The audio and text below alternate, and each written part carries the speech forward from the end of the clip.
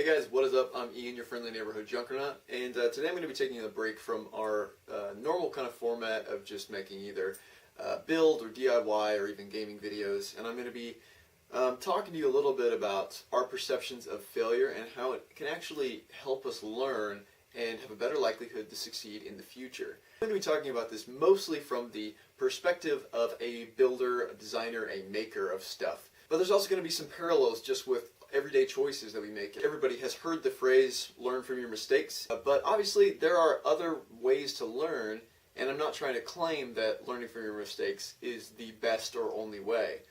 Furthering our education, whether that would be through an actual school or just kind of secondary learning, or even through something like an apprenticeship where you're learning kind of hands-on. Observation, you can learn through watching someone else's mistakes, someone else's failures and successes. But usually when we make a mistake, when we have a failure, it's not like we were trying to in the first place. So you don't really have anything to lose by doing this. So let's show you some of the things I've been working on recently and talk about how some of them work and some of them don't.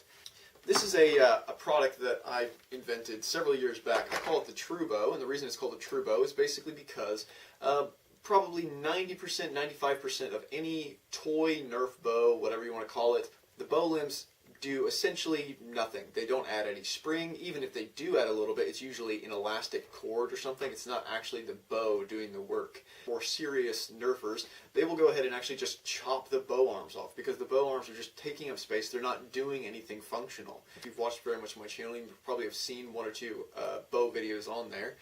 And so I decided that I wanted to make a product that was going to just have an enormous plunger tube that is powered by an actual bow.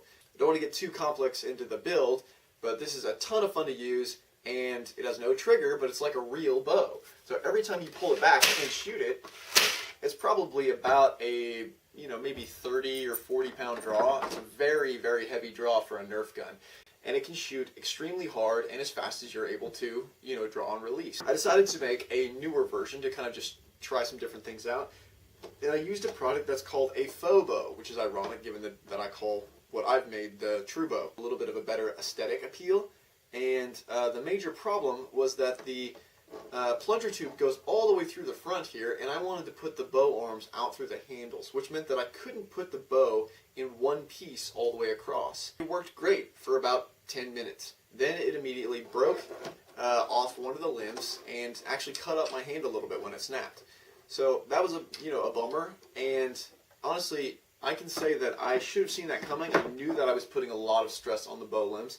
The first kind of mistake that you can make is that something probably is not going to work out. You think there's a high likelihood of failure, and you decide to kind of charge in it anyways. Time, really think through it. I could have done this exact thing and probably just filled all of this space in here, all the dead space in the plastic, with hot glue or epoxy putty or something like that to give it some more strength. And it probably would still be working and functioning great. I needed to slow down, take my time, and do it the right way the first way, because now I don't think I can really repair this in a way that's going to be strong enough to work. Here's another kind of failure right here. Now the base blaster here actually works very, very good. This is a modified Boomco Burst Wave, and it just has a piece of pipe on the front that I've added so that I can use all different kinds of barrels to shoot different kinds of Nerf and other kinds of ammunition. Shoot like shotguns of 6 darts at once. You can shoot things that are like rockets. It's very fun to use. So I decided to work on a barrel system that would be using a hopper to load and shoot the new Nerf Rival ammo. So if you've never heard of Nerf Rival, it's essentially like a small squishy foam ball that has golf ball dimples on it. So they're pretty aerodynamic, and they also take up a lot less space, probably hold about 100 Rival rounds. So to have 100 preloaded ammo in such a small space would be a really big plus. This whole little thing that catches the ball as it falls down and pushes it right to the front just by gravity. So I was doing it step by step, incrementally. So I got that loading right, and then I put a small little, just basically piece of pipe that I was using as the hopper that could hold 10 rounds, and it was still working very well. So I thought, okay, well, I'll go ahead and cut this actual paintball hopper so that it will fit the Rival rounds. The blaster went from functioning pretty well. I would say shooting at least 45 feet, if it was a good shot, maybe 60, to maybe going 10.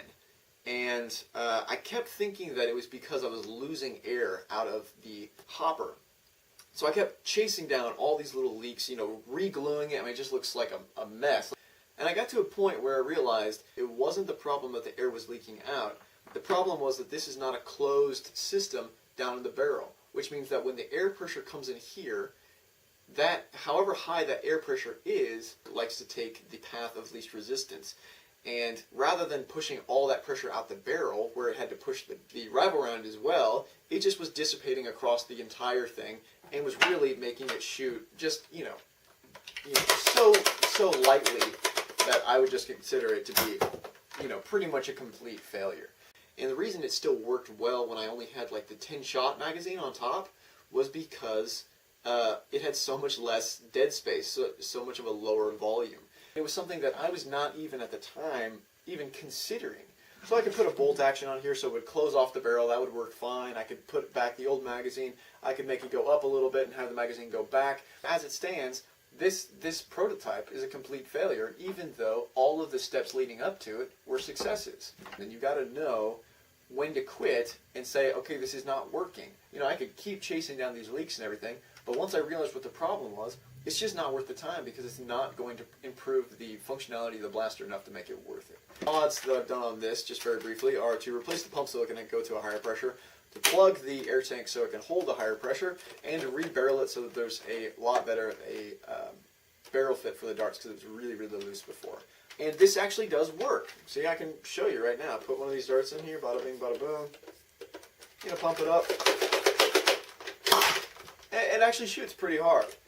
Now, why would I call this a failure when it obviously functions? Well, the reason is I put in all that time and effort into modding this blaster because I wanted to have that really strong power of an air-powered Nerf gun with the fact that I had this auto-rotating turret with 6 shots that I could quickly reload. There's a couple of problems that I'm running into.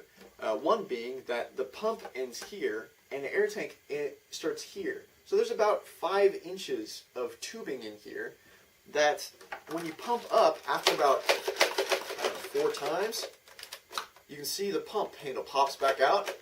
That's because that air pressure that I'm pushing into the pump can no longer reach a high enough PSI to push into the tank. So that's just a couple of those modifications that I've done are basically pointless because that pressure, as it is right now, can't even make it into the tank. What's an even bigger problem is that when you pump it up to full blast, about half the time when you shoot it, it will literally destroy the darts. Why would you use something that's going to destroy your ammo every time?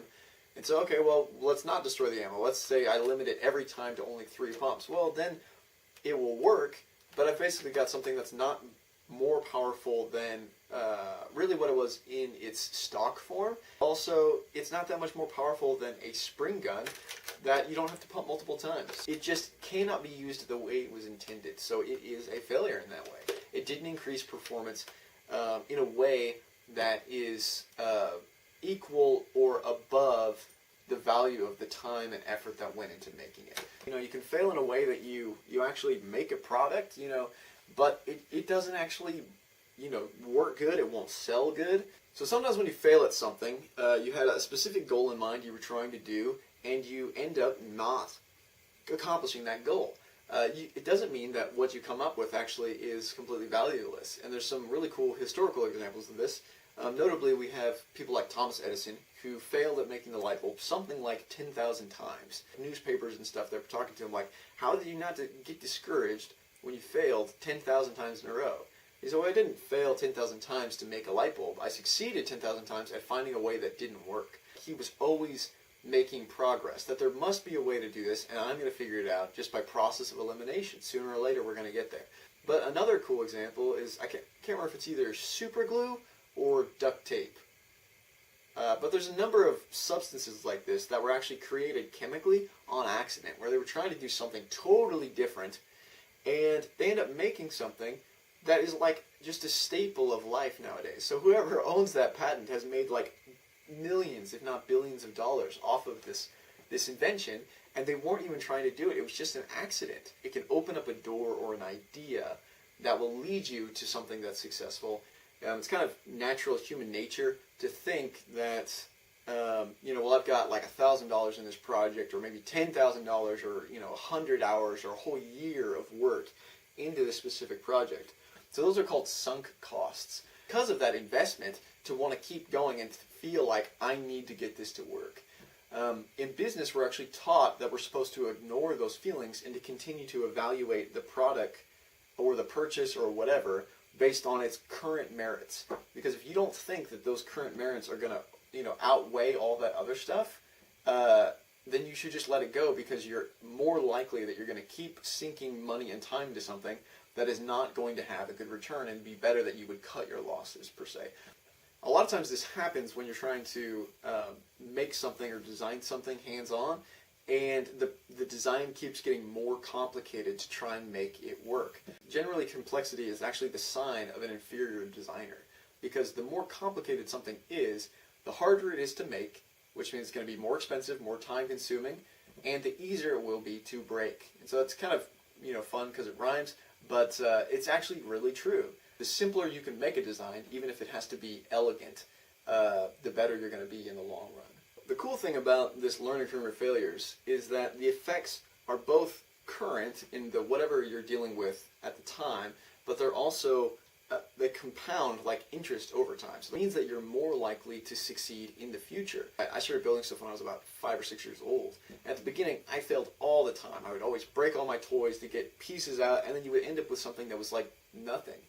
And I kind of laugh when I think back to those times, because now, even though I still have things that don't always work out the way that I expected and they don't work, but probably 75 or 80% of the time, I can, on a first try, get essentially where I'm trying to go. Maybe it doesn't look pretty, maybe it doesn't work perfect, but that is a huge improvement from, even 5 years ago. The worst case scenario really is not that you would fail, not that you would even give up trying. It's that you would repeatedly fail and that you would not learn from your mistakes. It's just a chain of interactions where it's like, oh, well, if I go here and I do this, and like this happens, and then you're like, well, that was dumb, let me try again. And you go through the whole set of scenario, and you end up in the same place. You really have to believe, at least on some level, that we are a product of our choices. Now, I'm not saying that I don't believe in God or, fate. Or if I decide to go to work in the morning, I will probably have a job that day. If I decide to repeatedly skip work in the morning, I may not have a job the next day. That means that my choices affected the outcome. Now, sometimes things happen, of course, that we can't really control. If you get hit by a drunk driver and you get injured, that sucks. And I'm not trying to make anybody, feel bad that something bad happened to you. It's not your fault. You have a choice what you're going to do with that. You can hold a grudge, you could be bitter, or you could try to make the best of whatever bad situation you have. The other thing that's important is trying to do risk assessment. If something has a very high risk, it's more valuable that you try and figure out what you can do to increase your rate of success, decrease your rate of failure. I don't want to have an affair on my wife, because that would probably be the end of my marriage and it would really jack up my family. I don't want to do that. That's a huge cost. And, besides the fact that I love my wife, I need to know that ahead of time that there are so many examples historically of ways that this has played out really bad, and I just don't want to do that. Doesn't mean if you have done that, there's no forgiveness or moving past it. You just got to be able to look at your life choices and kind of own up to them and say, that probably didn't work out the best. Trying to buy another home. Now, it would be a super big bummer for us to get into a home that we really, really like and we love it there, but the mortgage or the repairs or whatever are just too high, and we would have to renege on our loan, and we would lose our lease on the home and our $100,000 loan to start a business. And you think, wow, I'm going to finally follow my dream, which by all means, follow your dreams, But then you have to go out of business. You go bankrupt a year later and you can't pay back your loans. It would have been better, probably earlier on, to, in whatever way you could, educate yourself or take it step by step, starting the process online so you need a smaller loan.